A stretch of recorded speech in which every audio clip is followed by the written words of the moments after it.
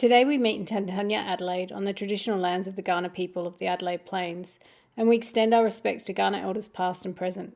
We recognise this country's rich traditions of knowledge and storytelling and pay respects to all Kaurna storytellers and all Aboriginal and First Nations storytellers.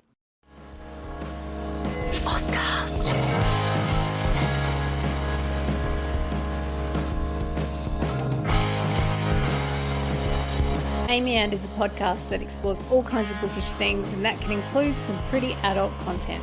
So please be aware that some of this content will be not safe for work or for young ears, and be careful who's listening when you are.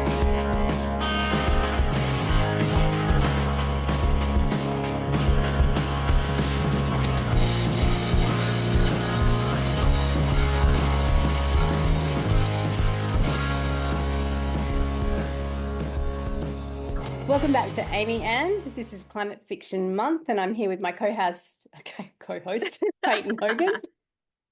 Getting off to a good start, Payton. Co-house here. Co-house in the house. So joining Payton and I today are two of my collaborators, Dr. Rachel Hennessy from the University of Melbourne.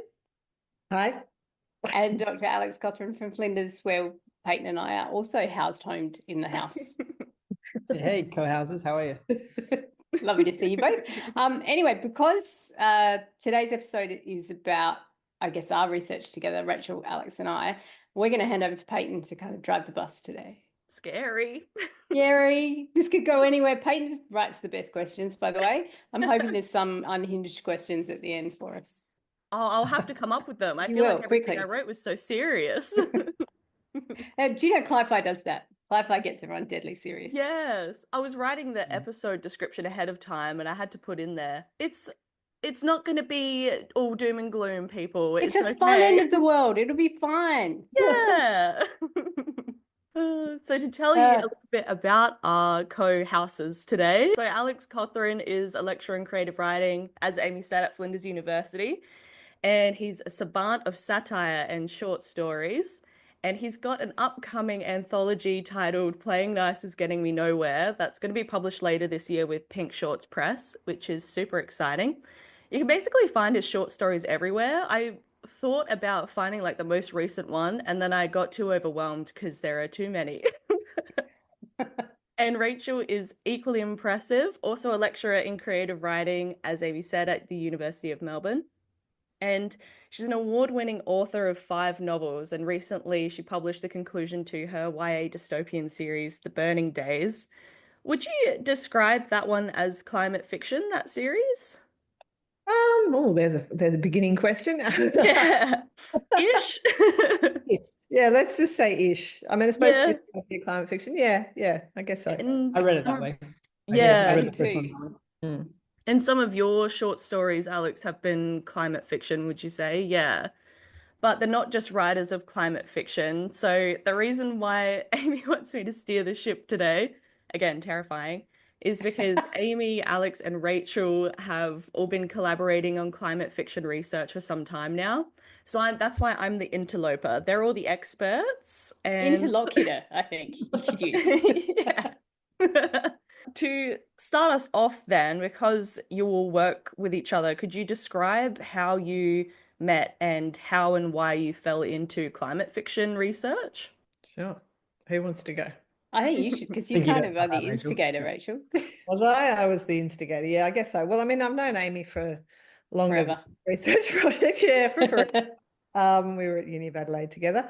And I think it was 2020, that wonderful year that we all remember damn well, where we came together. I guess it was pandemic time.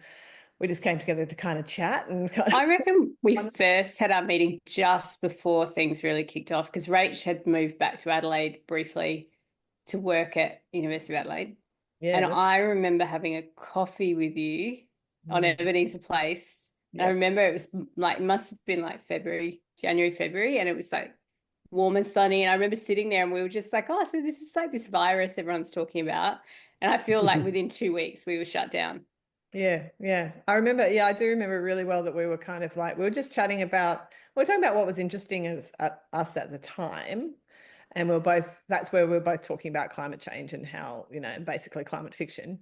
And that was, prior to it really going going off, wasn't it? And then we just talked about how we wanted to work together on something. Yeah. And that was kind of the burning issue that was with us at the time. And then we sort of went from there to try and we went and got Alex, basically. Yeah, Alex, how did you enter the fold? Do people just snatch you and bring you onto their various Yeah, because he's amazing. Yeah. He's amazing. So we're like, Alex, come do I was some desperate. work. I was a casual researcher at the time. I would have done anything.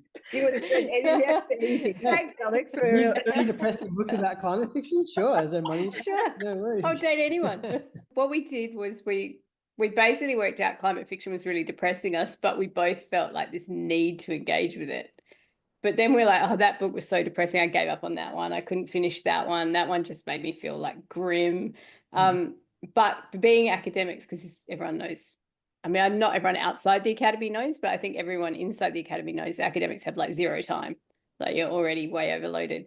So we didn't really have time to read every single climate fiction book published in Australia to work out if our instincts were true. Like we were like, oh, it's all depressing. But then it's like, is it? Like, do we know it's all depressing?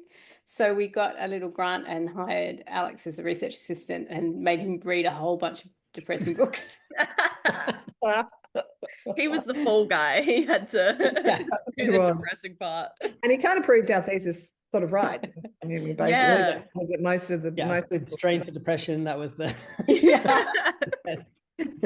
Do we need a HR department and like therapy or something? Some kind of. It's a good question though, because I think Alex and I've been working on another project and Rachel too, about care in the arts, and the ethics of care in the arts, and like that is an issue. Like if you have to deal with climate fiction, so say you're an actor in a show and you've got to deal with climate fiction every single day, there is a kind of issue of care, I think. Yeah, and something that's.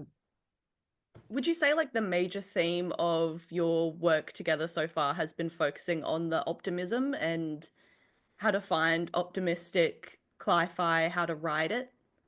And is that why this was important to you? Because you found that so much of it was just really dire and depressing? One thing that's interesting is the word optimism, is the wrestle we had with the word optimism. And we're still having, essentially. Yeah. And I think what we found, and I mean, even, talking now and having a laugh, that was kind of one of the, I guess, the ethos of our project in the end was that, we really did feel that people coming together and talking and kind of being there to support one another while dealing with quite depressing realities, or, I mean, we talk about it as a sort of dystopic future, but of course, it's actually here, and of course, many peoples, or Indigenous peoples in particular, have already experienced the apocalypse. So, it's this kind of idea that basically people coming together is a really important part of the methodology. Because I remember at the time, as well as reading all the depressing books, I was also doing your standard literature review around climate change and various things. And along the way, I remember I discovered articles that were kind of about the mental health impacts on activists and scientists that have to, as you said, similar to an artist that has to do the play every day, they have to think about this thing every day. And it was interesting that one thing they all had though was that they were doing it together. Like those scientists and activists work in groups. You don't do it alone. But writers do. That was the thing we straight away talked about. It's like, all these people written these depressing novels by themselves, essentially. I'm sure the editor comes in at some point, but for the most part, it's 2-3 years of staring at this thing by itself. And so straight away, that was something that we're like, okay, that's a problem in the writing space. That reminds me actually of something that I heard.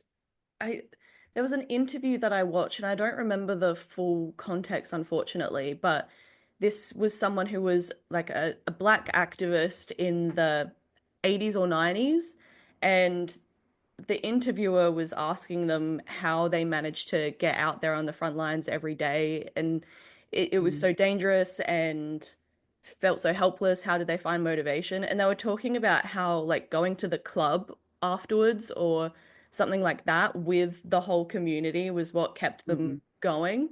And it's something that I feel like we don't really do much these days. There are protests and stuff, but I feel like if we were able to work that back into the process, like having some kind of, I don't know, like a joy. It's that's that thing. There's a heap of research right now around the power of joy as a weapon against kind of despair and apathy and political oppression, and because they have, there's a lot of work on Black joy, queer joy, And you're right, that kind of expression of collective connection that's joyful and not just based in fear and anger, I think is really important. Yeah. I think there's a reason that when you see protests, climate change or otherwise, half of the signs are like puns and funny jokes. Do you mean like people, like often there's serious ones, but when we do the climate fiction lecture, I often have pictures of people with like funny satirical signs. Like the one that I remember from a protest in New York about climate change was Leonardo DiCaprio's girlfriends deserve a future, right? Like, it's just like there's a reason when people get together. When they get together, yes, they're serious about the scene, but there's also the joy creeps in, and that, you know, and it catches people's attention that way. And that doesn't necessarily happen when you're writing on your own, right? You don't have those. Maybe you get quite depressed about it. Do you remember? I mean, I remember when we did. Oh, sorry.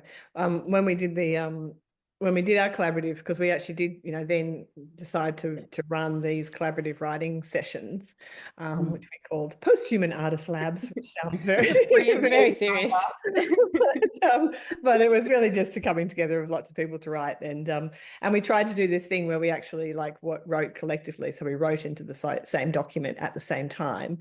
And if you remember that in that first when we did it for the first time, everybody went silly. Do you remember? We had people were writing about cookbooks, you know, like that would be how to, you know, 20 best ways with cockroaches, and really kind of like, you know, quite darkly humorous, I guess. And it was definitely a way for people to cope. And I suppose it's not the same as sort of just dismissing it, but it's sort of like finding a way to deal with it without it kind of making you just feel like, oh, I don't want to think about it. I can't remember who said it. I feel like maybe it was Stephen Colbert, but talked about how fear and laughter don't really exist at the same, like the laughter drives out, it breaks the tension of the fear. And I do think there's a bit of that, of like that tension breaking going on all the time. So do you think optimism, as you said, it's kind of like a tricky word, but can it look like this then? Kind of dark humor, but it's still cathartic and it's still driving out that fear just because you are laughing? Yeah, how do we feel about the word optimism? I will explain that to people listening or watching, that there was a kind of discussion of the word optimism, that it got kind of co-opted by conservatives. I think it was resilience. Resilience was the one. Resilience, yeah. There was a few of them. I think that was like there's a kind liberal thing. Yeah. I think we steered away from resilience. And then we kind of went towards optimism. You have to cut this out in a second. My dog is moaning at the door. He might be hearing it, so I'm going to chuck him in the back. Oh, yeah, we can cut this bit. Although I quite like these bits in podcasts when you just see people in real life. Oh, it's a dog. So if it was in the road or something apocalyptic, it'd be like, my captives are just moaning. Hold on, let me shut them up. Before I cook them for lunch. I was thinking earlier, I'm going to be a bit screwed if my cat comes up and tries to lick the bottom of my plate, because I'm going to have to show everyone that I'm actually wearing pajamas. I mean, you're the one who's well, Kiss is pretty good. Good pajamas. It's 10 a.m. Come on. Yeah, come on. Oh my God, you postgrads. Everyone, when I'm like, I need to organise a meeting, and everyone's like, not before 10. God, I'm up at 6:30 every morning. Old people, Rachel, we're old. It's like the thing about old people, they never sleep. Then they're in bed by 9 p.m. hours left in the day. Well, we're talking about the opposite of the question. Resilience and optimism.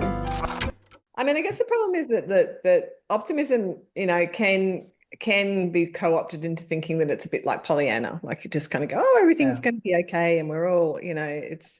But then the reality is that if you're angry and afraid the whole time, you're probably not going to do very much. So if you don't feel like there's any point, like if we all feel like we're all doomed, you know, and maybe we are. So no, like I know that the science is pretty much saying to us things are bad, we're going in the wrong direction. But we need to kind of also say, okay, well, if we are going in the wrong direction, let's find the right direction. Let's find another way. And the only way, you know, we've talked about this a lot in terms of, you know, the importance of narrative and the importance of imagining something else. You know, if all we can imagine is that we all end up in a sort of dystopian hell. Yeah. Then where's the kind of energy to go? Okay, because that makes me go weak. I have to admit, like any of the books, like Tim Winton's just got Juice Out or whatever, or you read The Road or you read whatever, I just go limp, like physically limp. Like I just want to play dead. Yeah. Well, because you think to yourself, I'm not going to survive that landscape. No. Yeah. Yeah. No, I'm the first one. I worry about my glasses. If I lose my glasses, I'm like Piggy in Lord of the Flies. I'm like weak as. Do you think part of this is related to what people expect fiction to do? Like, people always have really lofty ideas about fiction having to be educative. And in this case, it seems like that has turned into making people feel like crap about the world. Like those two are synonymous somehow. But do we need to, I don't know, do writers and readers need to shift our expectations of fiction and realize that you can have something that is, I don't know, more complex, more fun, more funny, more amusing, and it can still be worthwhile? That's such a good question, Payton, because I've been thinking about this a lot last week. We had a meeting last week, and the word that kept getting thrown around in this larger group was the word serious. Yeah. And it just really struck me like quality was equated with seriousness. Like they were used interchangeably, like a good book was serious. Like it took it seriously. And I've just been snagged on that. I was wondering if you guys have any thoughts about this idea of seriousness and Well, that's silly if you look at the history of the novel. Like what's kind of agreed to be the first novel, Don Quixote, it's extremely silly. Like it has serious ideas, but it's playful. I think playful is actually something that's great in all art. And I think you're totally right that seriousness became the same thing as quality. But I mean, to go back to Payton's point about what fiction should do, I mean, I think the word should is just always something that you want to delete from that sentence. And it's funny, even if you talk to people that are adamant that fiction shouldn't have an educated purpose, they still use that word should, like they're pretty strong on their point. And actually it can be all things. Writers do it for very different reasons, and their reasons may even shift as throughout the novel writing process.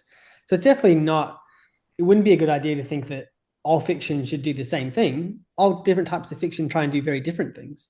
And we did the interviews with climate fiction writers, and they had vastly different motives. Some of them were like, yes, this for me is direct activism. Others were like, no, I don't want this to have any sort of moral findings from it. I just want this to be a story about people that anyone can interpret their own way.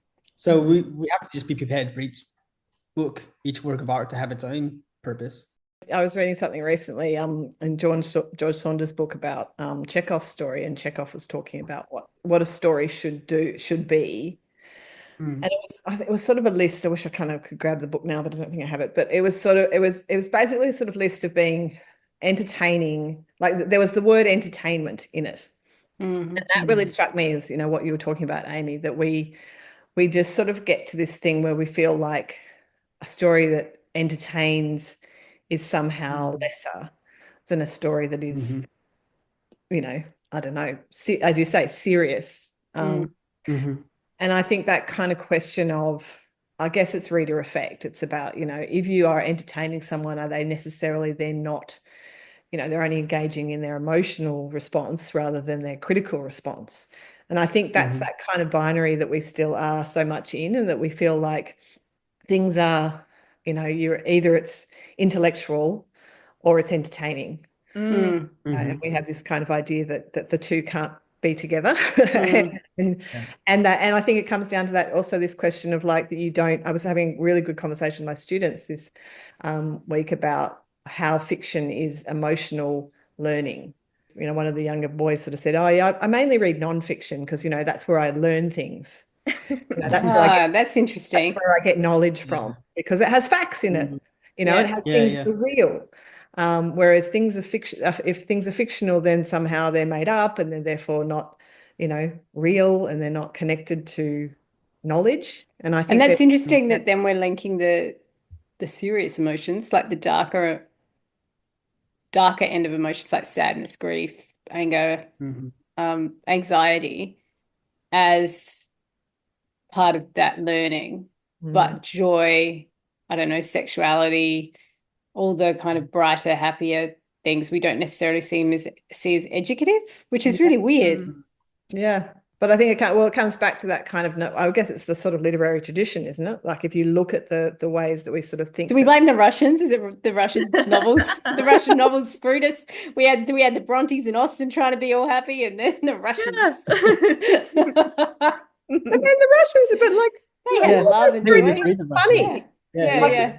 There's a lot of entertainment in Dostoevsky. I mean, it's not as grim and miserable. Yeah. This is sort of a perfect segue to jump ahead a little bit and talk about genre and climate fiction, because we're talking about all of these conceits, and to, say the quiet part out loud, people generally are very conceited about genre fiction. And so when they're conceited about joy and sexuality and all of these things, they're talking about like romance and fantasy, all of these different kinds of genre fiction. Have you, in doing your lit reviews and stuff like that, have you found much genre fiction, climate fiction, romance, fantasy, etc.? And has it felt or read different than the more like literary or just straight general fiction? Well, if we go back to that first like literature review we did when they first hired me on, there's only so many books I could read. So we had to try and figure out how to kind of like, narrow it down a little bit. And what we decided to do was only read books, I think it was the last 10 years, was it? Published in Australia that were climate fiction that had been reviewed in at least kind of like one major publication. So one of the trade newspapers or Australian Book Review, something like that, which meant they all tended to be literary fiction in terms of like that sort of prestigious label. But they also pretty much all were also in some sort of genre, speculative fiction mostly, because most of them were set in the future. Yeah. A few were kind of realist. So for a long time, climate fiction kind of had to be in one of the genres. But the style itself was still very much focused on, as we were just talking about, that kind of intellectual exercise, less about the plot, more about the feelings of the people, et cetera, et cetera. Some of them are quite plot driven. So even though they were genre technically, because they weren't realist fiction, I guess, they have that kind of literary sheen on them, and they were trying to be literary books. Yeah. And I feel like that is kind of still where it is in Australia. Like I'm sure there are some really great hard sci-fi books that we haven't caught up, but they're not the ones that are talked about in, the major publications to date. And then in terms of commercial fiction, the volume is so huge in commercial fiction. It's very like, we have not yet had the time or the capacity or the finances to do that kind of wide survey, I think, because also I think if you're looking at romance or horror or other genres, fantasy, they're probably not marketed as climate fiction. So it's you'd have to read them all to work out, is this a climate? Does this refer to climate change? Does this refer to crisis? So we have got one article we're working on about romance where we looked at 3 books, and they're not all like pure commercial romance. We have one mass market romance, which is our book of the month. Yes, I was going to say Side Chick Nation. Side Chick Nation. So that was the pure mass market romance we found. And then we had a YA book. How would we describe that? Like fantasy, urban fantasy, like it's set kind of nowish in a nowish world and is like a school for witches. And then we picked A Beautiful World, Where Are You by Sally Rooney, which is more literary romance love story. And we kind of looked at how they worked. But I mean, I think that is a question, Payton, that's so open still, of how are different genres conceptualized in climate. I think all of them are starting to get into it. I feel like no author can kind of stay away from it anymore. Yeah. And that seems like the big shift now is it's going to get to a point where it's almost like, what book isn't going to be about climate change? I mean, particularly romance, which tends to be set in the contemporary, usually, right? And there's obviously streams of like historical romance. There's going to be some mention of something that's happening in the world that's going to have some connection to climate change. That doesn't mean it's a climate fiction book. Like we're almost going to have to redefine how much climate change you need a book for it to be climate fiction, because it's just everywhere now. And, where do you set the parameters? I've heard Alex say a few times in various contexts around I wonder if you could talk to writing your spec fic. And again, Rachel, this is probably about your series too. Like when you go to write something set in a prospective future, like Alex, you're always talking about, you can't not deal with climate change if you're trying to write something set in the future. Yeah, well, I just wanted to maybe just also finish that last question around genre. And I think in terms of young adult work, and again, as Amy said, we haven't had a chance really to kind of delve too deeply yet. But I've been reading quite a few YA novels that are dealing specifically with climate change, and quite a lot of them are realistic and set now, and sort of basically kind of, I guess, using the kind of protest model. So looking at the fact that like young people are engaging in activism, and kind of fighting against certain, quite clear climate villains, I guess. Yeah. So I think that's definitely a sort of actual, phenomenon you can see happening. Yeah. Um, That's interesting. But also like not surprising. I feel like YA has always been very good at engaging with big ideas like that and not really shying away from them. Do you feel like adult fiction could learn a few things from YA about optimism or empowerment, etc.? Yeah, I think so. I mean, I think what's interesting about those books, and I guess that's maybe what distinguishes young adult from adult fiction, is that there's a sort of sense of responsibility to the reader that the author has, that the author has to provide the young person with some kind of either, hope, blueprint, something which is kind of giving them a sense of where they might be able to actively engage with this issue. Whereas I think in adult fiction, we don't feel that same sense of responsibility, because we just kind of go, okay, you're an adult, you can deal with the crappiness of this situation. Yeah. Read this book and come out of it going, oh, we're all doomed. Whereas, yeah, I just think YA kind of has that, implicit, I guess, contract with the reader to say, well, actually, you can't leave a young person in that state. You can't leave them at the end of the thing thinking, oh, the world is crap, because we have a responsibility to people who are younger to give them the sense that there's a reason to go on. Maybe we need to pick up more of that responsibility for adult readers.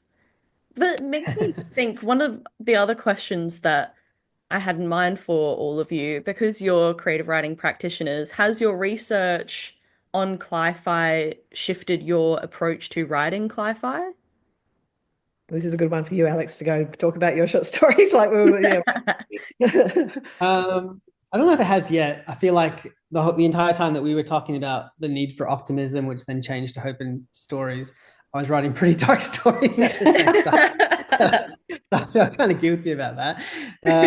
But I definitely have started to, like, when an idea comes through, kind of like actually put it through the wash a few more times.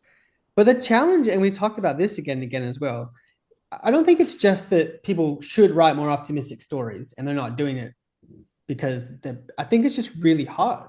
Like, it's really hard to write a story about climate change that is deeply invested and has an optimistic narrative, because that's not generally how narratives tend to go. Like, that's not, as humans, what we're really drawn to.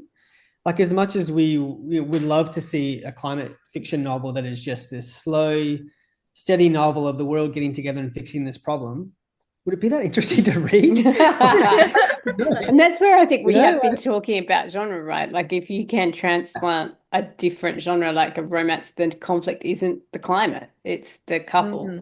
Or like if you can do a family saga, or if you can do, I don't know, like a crime fiction or a spy thriller, or if you're implanting a different plot structure on it, the climate doesn't have to bear the conflict. And that this feels is extremely nerdy.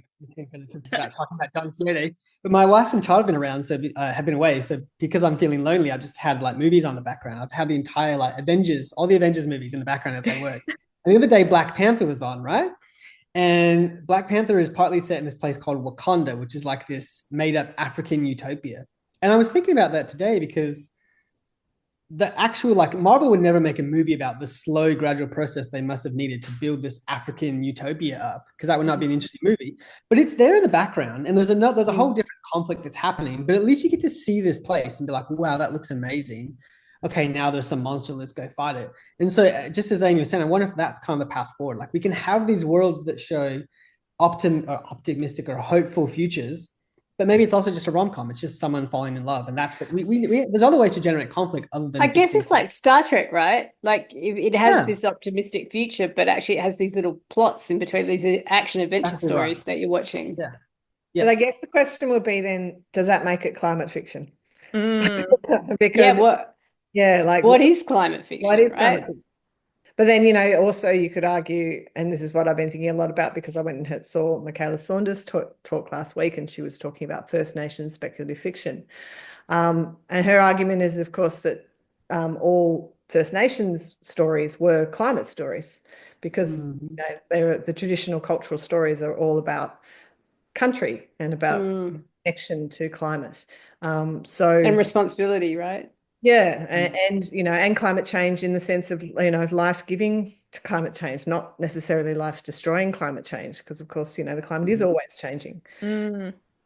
So I think there's sort of like that question of if it was just a sort of background thing that we've sort of solved it all and we're sort of living in this utopic, and then we have is that climate fiction? Because in essence it's not really drawing attention to the relationship with climate, which I guess is what we sort of think climate change is, climate fiction. Well, then extending that, I was just thinking, I did an event the other day and someone just said she found it interesting that all my books, like all these trees are named and all these plants are named. But I was thinking about, is the flip side of the apocalypse close attention? I mean, does it move into eco-poetics and eco-writing and nature writing? Like, is that part of climate fiction too? Like if you move into the post-human and looking at non-human beings in this world and objects, is writing about them also an element of climate fiction? Well, yeah, I would say definitely. It's interesting to think about like the First Nations people's context and stories about country. Do you think climate fiction then can exist in any context? It's not specifically happening because of the current state of global warming. It would just look different in a different world. Stories about climate.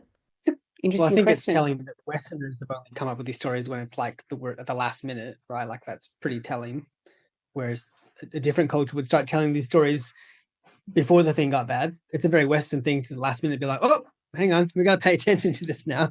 Let's figure it out. So that's pretty telling. Yeah. And to kind of imply that it's this new thing, Oh, look. Yeah.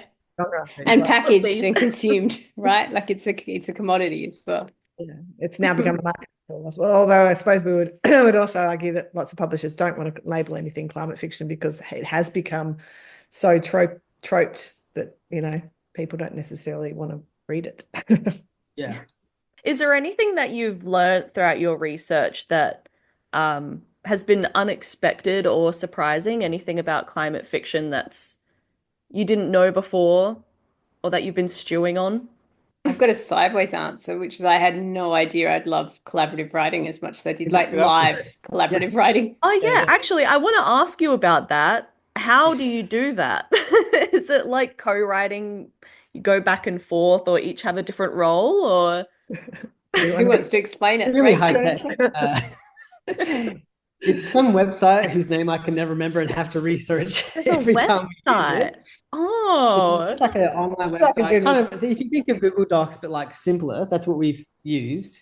And it's just anonymous, so you don't know who each other is. Oh, and cool. You just write into the document. And I can't. We set a few rules, didn't we, when we first did it? What were the rules we set? We set a time limit. Like there was a time that we all had to be there live at the time. So we're all here like this. And then it was you didn't argue with anything, you kept moving. People could play in each other's sentences. So you could just do anything you want. Like it was anarchic, really. And it was egoless. Like it was really interesting. But we wrote this one short story, which I actually quite like, that we've not published. But what was really interesting was seeing after a while you couldn't tell who wrote what. Like I would, in the moment, I'd be like, oh, well, that's definitely Rachel, or that's Alex, but then afterwards I wouldn't be able to tell you what I wrote or they wrote, or because we'd all be in every single sentence. And it's interesting to see plots emerge and characters emerge, and it was interesting to see when emotions got dark, how the others would push it back up again. Yeah. This is so interesting. I never heard of writing this way before. So you've completed one short story. Do you plan to write more in this process? We just have a rough draft of one. Yeah. The impasse that we can I read it? A short story. The impasse that we found is the getting stuff onto the page bit is fantastic. Like, just we would give a basic premise and then people would just go at it and you'd be in a conversation with another character. Amazing. But then eventually it needs to be edited. And then you kind of can't be anonymous anymore. So that's the bit where we've got stuck. At some point, you need kind of say, you have a short story and there's like a few great scenes, but then there's one person's writing a completely different angle on it. And at some point, you just can't put that out in the world. You have to actually hone it down. And then all of a sudden you can't be anonymous anymore, probably. And then your egos have to come back into play, and all of a sudden you're individual writers again, rather than just kind of this collective hive mind. So that's the bit we haven't got over yet. And then we did have a lot of discussion around maybe the value of it isn't in a final product. Maybe actually the joy and value of it is in doing it. That actually the activity of it is, how like we're just in a capitalist system where everything is quantified by the end result. But actually, if you just go play a game of soccer with your friends or have a hit of tennis or like go do a physical activity that makes you feel great and has given you some kind of health benefit, and that has value in and of itself just as an evanescent activity. And so I kind of wonder if this is partly the value of this is just in the doing it, not necessarily the sending it widely into the world. I love that analogy. We should use that more. Okay, we should write that down. Yeah. Get a transcript of this.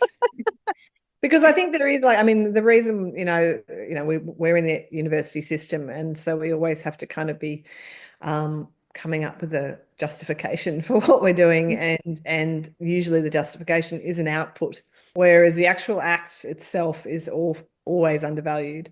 And I think you're right. Like that is it is a bit like going and doing something that's just, it doesn't have to be, you don't have to be training for the Olympics. You can just go and have a game. Do something that kind of connects you with people. And especially because writers, we've talked about this a lot too, Rach. I didn't know if you wanted to talk about this, like the individual in our culture and how writers have particularly been siloed off as individuals.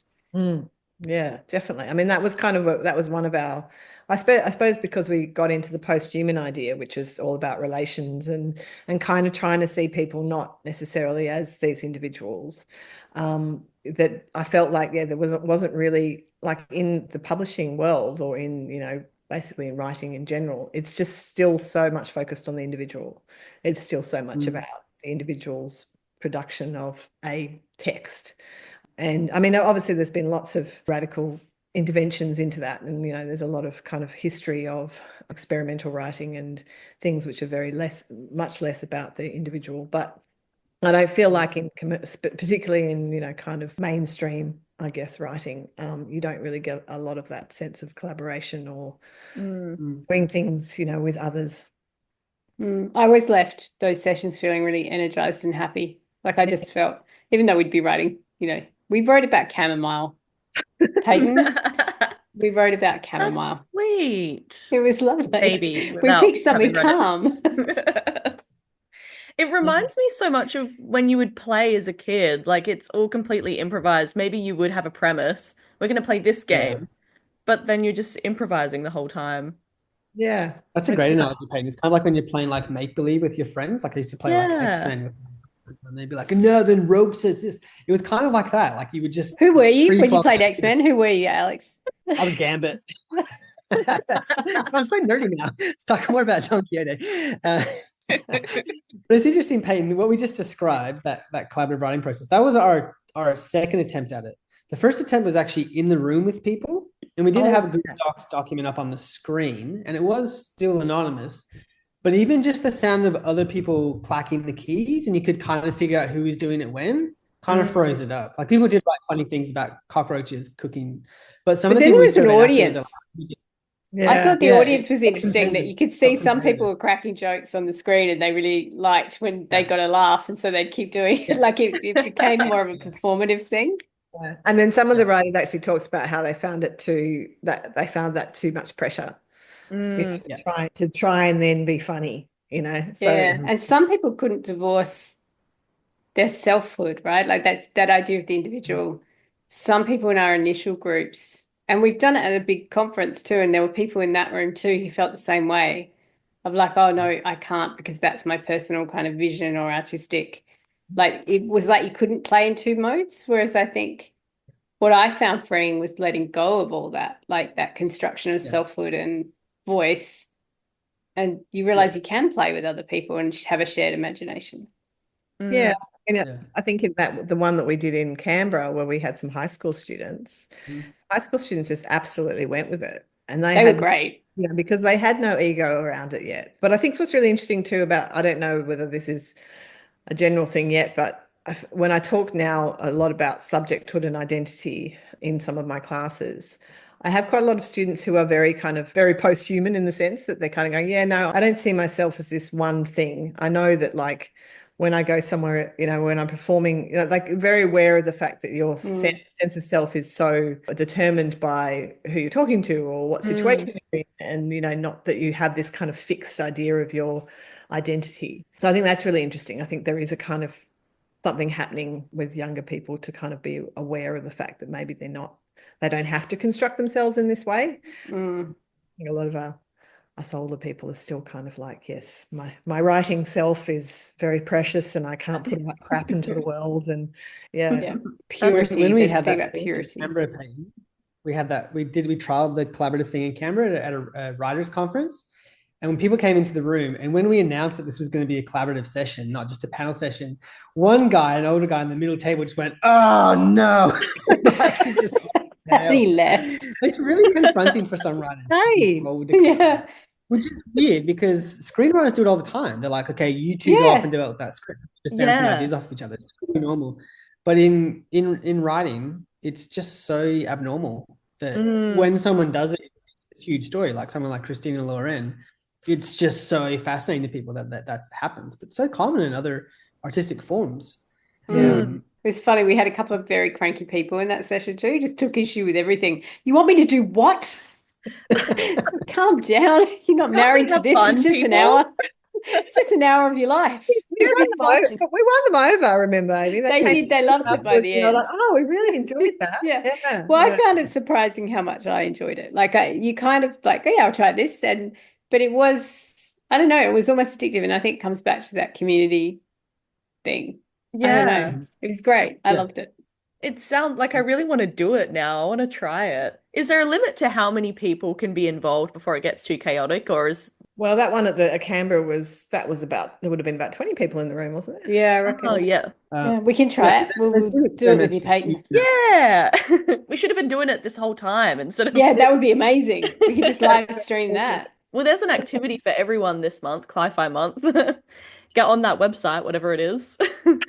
We were permanently afraid that it would just shut down because it was just this random website. Like, we were terrified that we'd start a session and it just wouldn't be there. We'd be like, It's interesting that you're stuck at the editing part, because is it the kind of thing that you can just leave messy? Or do you think readers would be really distracted by it? I mean, I would be fascinated if you could actually just continue anonymous until it feels like it's edited. And just be like, eventually this needs to be a story somehow, sometime. We all know that. Feel free to chop things. I don't know if you'd ever do it or not. I think we could do it. We just haven't been able to time. Amy's just too busy. It's true. I'm always late for every minute. Like, sorry, I'm coming from one thing to another. It's my fault. It is true. I will take that one. I think speaking of that, we might be nearly out of time. I was just going to say, I think we are. I had one more question to ask. Do you reckon we can squeeze it in? A long episode? Is there something that you still really want to know or understand about climate fiction that you haven't been able to answer just yet? I think that question that you had earlier around, what different genres are doing with it. I think that's the question we're still having to do a bit more reading on and get kind of, it'd be really interesting to kind of delve a bit more deeply into some of the other genres. I think, we've sort of touched on romance. I've been reading a bit on YA. I think Alex is doing a fair bit in the spec fic sort of area. I reckon horror's got to be in there at the moment too, but we haven't had a chance to look. Yeah. And then that all leads to the question of what are the boundaries of it? Like, what is cli-fi? I mean, that's the thing. I'm just fascinated to watch over the next few years, decade, whatever, if this genre just dissolves. I mean, I just genuinely am fascinated by that, about what writers do. Because I know as a writer myself, you make creative choices where you set something 20 years in the future and it's not about climate change, and then you go, oh, I got to think about climate change. Like, you just have to. And if you're writing a contemporary realist story, at some point someone's going to mention something about what's happening somewhere. So what happens to this genre? Does it just completely fall apart? Yeah, I'm fascinated by that. The second thing we haven't done yet that I think I would really like to do is interview publishers, kind of, aka gatekeepers, about what they actually think. Is there actually money in the genre? How do they market it, etc.? Because I think that's a really interesting untapped space. I think the thing I'm still really wanting to kind of unpack is that question of how we represent another system, how we imagine a future. How we get away from capitalism, how we can find a vision of the future that doesn't have capitalism in it. And how will people respond to it? Everyone naturalizes capitalism so much, and they will take any kind of phenomenon from hundreds of thousands of years ago and see, capitalism existed even back then. It's like, no, you're just interpreting something from your... And our current version is such a hyper unregulated capitalism. Like, it's not the only version of capitalism too. I think we've fallen into thinking it has to be this. But if you look back at like mid-century Australia, kind of socialist democracy, it looked very different from this, but it was still a capitalist system. So I think we're really snagged on not being able to imagine a future any different than a hyper-capitalist techno culture. Yeah. But maybe collaborative writing like that will actually help, because if really all you need to do is bring everyone's knowledge together, then surely you would come up with something. And maybe even optimism could help. If you're able to feel hopeful while you're collaboratively writing, then that could shape whatever you imagine and make it something, I don't know, kind of invigorating. And it brings us back to your point, Payton, which I think was good about joy, about it's like writers getting together and dancing on the page together, right? Yes. In the club. In the club. I think just sort of actively working against cynicism. I think somebody was saying in our large group last week that, how she just felt that cynicism is just not a useful thing. And that we've fallen into it too much. Very privileged too. Like the privilege of cynicism. Like, that's why just segueing into our book of the month. For those of you who are going to join us for book club at the end of the month, I did it on Sidechick Nation. It's kind of about characters who don't have the right to be cynical because they're having to live with the effects right now. Anyway, thank you. Thanks, Payton, for hosting. You're a great host. You should just host every single interview ever. No, that's okay. It's a lot of pressure. But anyway, thanks to Dr. Alex Cothren and Dr. Rachel Hennessy for joining us. If you want to look up our research, you can find it online. Just look up Rachel Hennessy at the University of Melbourne or Alex Cothren at Flinders University and go hunt through their publications. You'll find them all. And also Rachel's latest book was, do you want to tell everyone about your latest book? City Knife, which is the third in my Burning Days series, published last year by Midnight Sun. So if you go to Midnight Sun Publishing, you will find it there. And it's a great YA series. I highly recommend it. And Alex's new book is coming out in August. And do you want to remind everyone what it is, Alex? Playing Nice Was Getting Me Nowhere, which is a very cynical title. there is some hope in this. Every time I hear the title, I just think, no more Mr. Nice Guy. He's so nice. So nice. So there's an edge. There's an edge. He's not getting me anywhere. That's the point. Hey, you're doing fine. He wears a leather jacket one time and thinks he's a bad guy. Come on, Gabbett. All right, everyone go on and pre-order Alex's book from Pink Shots Press so that he's like, it's paying off for him, the nice guy thing. We need more nice guys in the world. And thanks for joining us, both of you. Hopefully we'll have you back on soon, maybe when you have a book out and we want to talk to you about your book. But until then, thanks for joining us, everyone. Next week, we have an interview with Jennifer Mills talking about her new book, and then we will have our live book club the week after. So join us again next week. And tk you, Rachel. Thanks to Alex for joining us. Great chat. Thank you.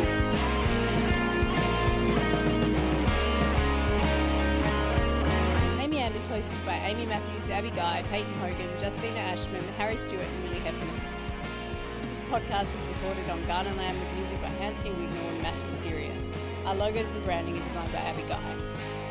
This episode was edited by Payton Hogan.